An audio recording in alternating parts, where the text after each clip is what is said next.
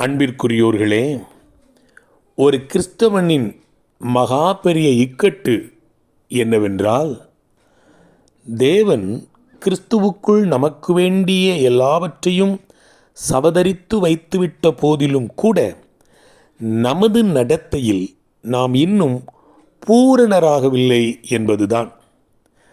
கிறிஸ்துவுக்குள் நமது நிலை பத்திரமானது, பாதுகாப்பானது, உறுதியானது. ஆனால் நமது தினசரி வாழ்வோ தனிப்பட்ட தோல்விகளாலும் கீழ்ப்படியாமையினாலும் தடுமாறுகிறது.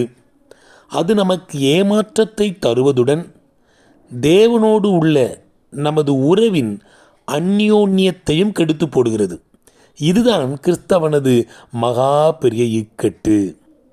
நாமும் அப்போஸ்தலனாகிய பவுலோடு சேர்ந்து ரோமர் 7:19 பாருங்கள்.